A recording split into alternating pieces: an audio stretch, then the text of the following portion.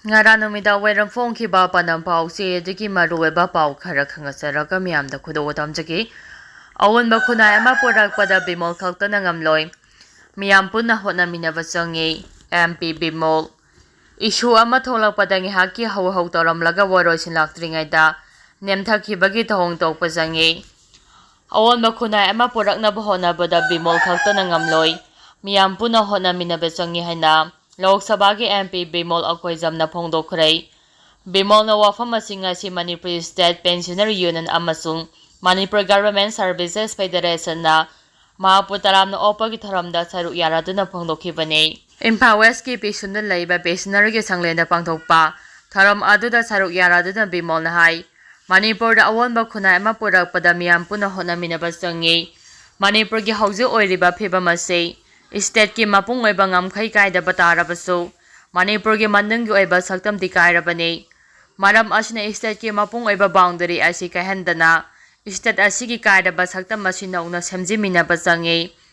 state ki lairiba issue sing asi ki matangda amana amada taisinabagi mahut asoiba aramba adudi lale haba ngamgadabani asoiba sing hunnaba amadi hanagi lengakta taisinbagi mahutta asoiba aramba yaurabasu semdoknaba hotnaba haibase lenga aduki mathongni mahangna makhata na hai Manipur de issue ama tholakpada ngihaki oiba hau toramlaga watho adugi warosin laktringai de nemthakhibagi thong asi tokadabani issue asigi chapchaba solution phangdriba phawba amadi yade haba ama khangandrabadi makhata na tholakani haiki amaramda Manipur State Pensioner Union amasung Manipur Government Services Federation na mahaputaram opada thagaladuna mahaki maikidigi Angang mating pangani haibagi thajabasu piki tharam aduga mari ledina Manipur Government Services Federation ki President L Sarat na phongdokhibada Manipur ki issue asibu national ki thakta pukhapa ngamba amade thongna phana parliament wangang bangamba mihut ama miyamna matam sangna ngairakpa adu Dr. MP Bimol Akoizamna mamphangna halei lonina government ki tungan department singna matam sangna thabak toramba experience lairaba employees singna pensioner oire haiduna pothaduna leiroise khunai asi sembada pensioner singna susap chaba thodang lomina si haiki makhata lakpa pauda designated kema sing hanthabada khodong chadaba laigani Zomi Council Ministry of Home Affairs MIC ki maikedige suspension of operation so group ki designated kema sing hantanaba wafam thamlapliba asi khodong chadaba khara laigadabana wafam asi khara tapna khana haninge adabusu extend tawbagi wafam di yariba makai thuna tawbiyo haina Zomi Council na center gi pongning singsilakli Zomi Council na thadorakpa seol amada Ministry of Home Affairs MIC amasung so group ka hauji wari sanabagi thabak chathariba asigi matangda council asina kupna yengsilli adubu wari sanariba asida UPF Zomi da masigi designated camp ahumgi manungda ani muthanaba akama pressure pirakle designated camp sing adu mejaram amasu Myanmar gi ngamkai paringda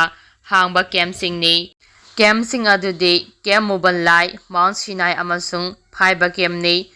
camp ahumgi manungda ani muthanaba pressure pirakpa asigi matangda Zomi miyam kupna khanaraba matung camp ahum asi hauji function adumok tawbana muthapada khudong charoi haba phirep lawre camp sing ase mejaram ga tainaba border area amasung Myanmar ga tainaba international border area da leiba ngaktane kariguma hariba camp sing asi lokthokhiba tarabadi camp sing leiramba mafam amadi masigi akoibada nan suk arm group sing changsilatuna miyam ge santi gi punsida chawnga singnaba ama oirakani maramde designated camp sing asida leiriba kadar singna ngamkhaida mitop sing changlatana ba ngakthokuna laklibani hairi maram asina designated camp sing hantanaba MIC gi wafam asi haujiki oiriba tampham asida matam chade haina khalle wafam asi khara tapthana khantabana achuma khongthang oigani adubu su extend tawbagi wafam de regional security amade public safety gi wafam oibana athuba matamda agreement matam sangdokpa darakar oi haina su Zomi Council gi maikedigi phongdorakle makhatarapa pauda moredegi lanjanarakpa amma relief camp da laikhidrei Langol Game Village Zone ahumda hangduna leiba alternate housing complex relief camp da changjafam lawduna leiba moregi ITB amma masagi anaba amana maram oiraga ngasi laikhidraba miu adude ningthaujam jotin apopa laikhidraba ningthaujam amubi More Turel Wangba Lekai Ward number 7 dagini haire. Mahaksi More degi lanjanaratuna imung manunga. Lonina Lilif Kem asida sangjapam lagduna lairakibane. Ma matam kunyadagi masagi kidney anima pel oiduna. Naduna lairakpadagi Lilif Kem asida laina hospital satuna. Anai laying sathatuna matam sang lairakibane. Ngasi masa nungaite haiduna Jenims Hospital da pagatuna. Ana laying satharam labamatung. Laikanaba ngamduna laikidabane. Hatkhiba kumja lising aniga subna kungo humdoidagi tholakhiba irang asina maram oiraga moredagi maitei singlan jenarakuna Manipurgi tampaklamda hangduna leiriba tonga amba relief campsingda jangdafam lauduna leiriba moregi maitei IDP sing ana ayek yaurakpada layingnaba honabada khudongchadaba kaya mayoknarakpadagi laikhidaba moregi maitei IDP masing 39 sukhre kaya amana hauji ana laying chathaduna awaba kaya mayoknaduna leiri haina Moregi maite IDP sina phongdoraduna hiramasi matangda maraibak thiraba IDP singbu nungsibiduna health gi mari leinaba department singna yengsimbina balenga ki pungning jingsilakli makhatara papauda Jiribam Angang ahum amasing Nupi ahum Hatkhiba tawdokki case ki chargesheet thagatlamdre High Court na NIA da chargesheet thagattrabadi haksina lougani haina khangankre Mamang sahi lising aniga subna kunga marigi November 18 Kukijo terrorist gi manung samba marmetin singna Jiribam gi Borobector subdivision gi manung saliba Zakurado karong da laiba maite gi yum amasung dukan sing maithabada Laisram Barel sai humpogo humdoi amasung maibam keso sai humdraga mathoi kauba misam ani gi thawai manghan batanatana chahi phadriba angang ama yauna anga ahum amasung Nupi ahumbu Nomai chingdo da phadina pu khuraga tamthiba mongda hatlaga barak toral da thadarakhiba thogdoki mayokta Uripok Sorobwan Thingel dagi Soram Kendra Jit Chai Marpuga Mathoi amasung Maitei Thangol dagi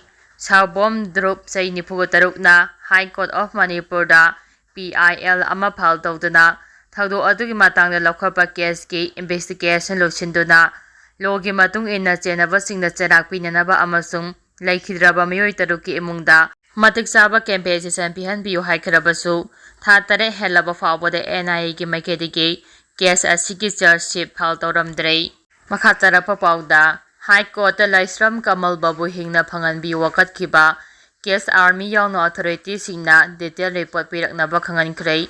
mamang sahi lising aniga subna kunga marigi November 15 gi ayukta Lemakong gi 57 Mounted Division gi campus ta thabak suriba Elbina Construction Company gi supervisor oduna mathau pangthoknaba sangkhibadagi ngasi phawba langla langjim phangba ngamduna leirakliba Assam Kaza district ki Gausa Eparkhol dagi Laisram Kamal Babu sai yankhai taruk tekta kaidina khusina view haiduna High Court of Manipur da mahaki pokminaba manangnupa Laisram Braja Banswina file tawrakhiba writ petition criminal number 20 of 2024 ge While the High Court na case asigi respondent singi marakta yauriba mari leinaba army ki authority yauna respondent punamak thagdo adugi matangda marik sumba report pikhalaknaba akamba direction pikhre makhatara papauda Nagaland isaungna ahum sikhre pricing cancel tawkhre NS 2019 jingkhre numit kharanigi mamangdagi leptana surakpa nongna maram oiraduna